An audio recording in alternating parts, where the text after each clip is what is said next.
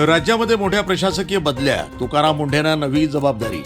राज्य प्रशासनामध्ये पुन्हा एकदा मोठ्या प्रमाणावर IAS अधिकाऱ्यांच्या बदल्या करण्यात आल्या असून आपल्या कडक आणि धडाकेबाज कार्यशैलीसाठी ओळखले जाणारे तुकाराम मुंढे यांच्याकडे अन्न आणि औषध प्रशासन विभागाची धुरा सोपवण्यात आली आहे। राज्य सरकारच्या सामान्य प्रशासन विभागाने या संदर्भातील आदेश हे जारी केलेत। अवघ्या 1.5 महिन्यापूर्वीच आपत्ती व्यवस्थापन, पुनर्वसन आणि मदत कार्य विभागामध्ये बदली झालेल्या मुंढे यांची आता अन्न आणि औषध प्रशासन विभागाच्या आयुक्तपदी नियुक्ती करण्यात आली आहे। गेल्या काही दिवसापासून या विभागावर भ्रष्टाचार आणि लाचखोरीचे गंभीर आरोप होत असल्यानं ही नियुक्ती विशेष महत्त्वाची मानली जाते।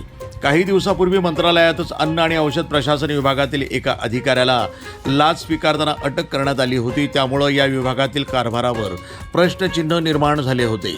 अशा पार्श्वभूमीवर मुंढे यांच्यावर स्वच्छ आणि पारदर्शक प्रशासनाची जबाबदारी येणार आहे। दरम्यान संजय खंदारे यांच्याकडे वैद्यकीय शिक्षण, औषधी द्रव्ये या विभागासोबतच अन्न आणि औषध प्रशासनाचा अतिरिक्त कार्यभार सोपवण्यात आलाय। त्यांनी हा कार्यभार धीरज कुमार यांच्याकडून स्वीकारायचा आहे।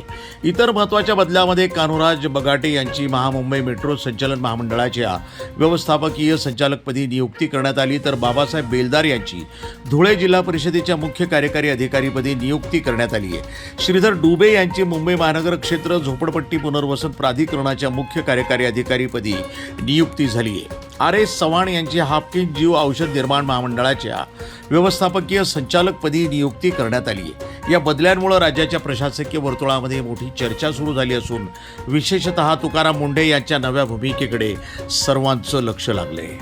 मी सुफी सय्यद, प्रसार माध्यम जस्ट लुक न्यूज।